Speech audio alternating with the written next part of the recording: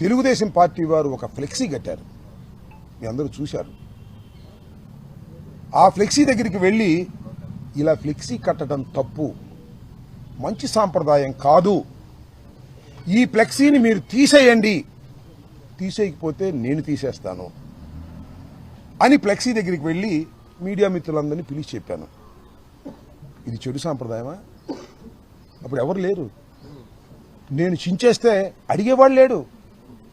చించటం మంచి సాంప్రదాయం కాదు, రెచ్చగొట్టడం మంచి సాంప్రదాయం కాదు, ఇలా మా మీద మీరు ఫ్లెక్సీలు కట్టడం తప్పు. మీ గొప్పతనాన్ని గురించి కట్టుకోండి, చంద్రబాబు గొప్పవాడని కట్టుకోండి. జగన్మోహన్ రెడ్డి గారిని దూషిస్తూ, సుబ్బారెడ్డి గారిని దూషిస్తూ, కరుణాకర్ రెడ్డి గారిని దూషిస్తూ మీరు కట్టకండి తప్పు అని చెప్పాలని ఆవేదనతో నేను వెళ్ళానే. వెళ్ళి చించేయలేదే, చెప్పాను, వచ్చేశాను. ఇది జరిగినటువంటి అంశం. నెక్స్ట్ రోజు రాష్ట్ర వ్యాపితంగా పిలుపునిచ్చింది వైఎస్ఆర్ కాంగ్రెస్ పార్టీ. ఇలా తప్పుడు ప్రచారం చేస్తున్నారు, ఫ్లెక్సీలు కడుతున్నారు, దీని మీద గుళ్లల్లో పూజ చేసేయి. ఎందుకంటే లడ్డూకు సంబంధించినటువంటి అంశం అది, పవిత్రమైన లడ్డూకు సంబంధించిన అంశం అది.